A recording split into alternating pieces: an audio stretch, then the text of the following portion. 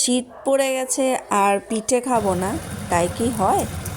তো hello guys, আমাদের পিঠে খাওয়া শুরু হয়ে গেছে মালপোয়া দিয়ে। এই বছরের প্রথম পিঠে খাওয়া।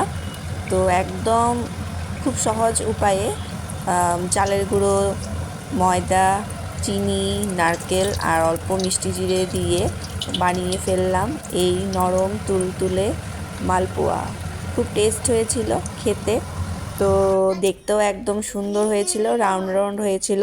তো একজন অভিজ্ঞ ব্যক্তির থেকে জেনে নেব কেমন হয়েছে।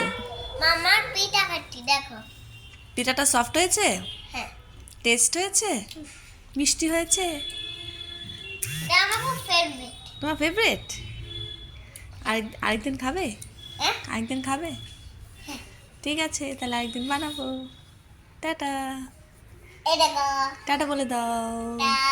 Bye bye. এই দেখো দেখো দেখো পিঠাটা কি সুন্দর। কি সুন্দর, কি সফট।